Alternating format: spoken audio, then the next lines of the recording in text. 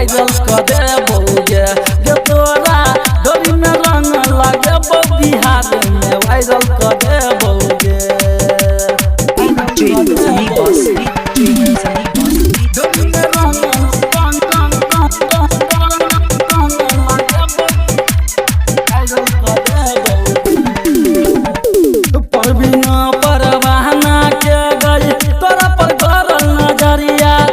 होलिया में रंग लगे पागल कृष्णा देवहरिया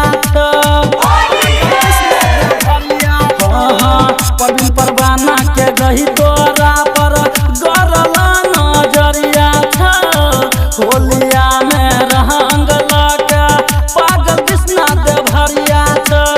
ऊपर से डालबोगे गे माही तोरा नीचा से डालबोगे ऊपर से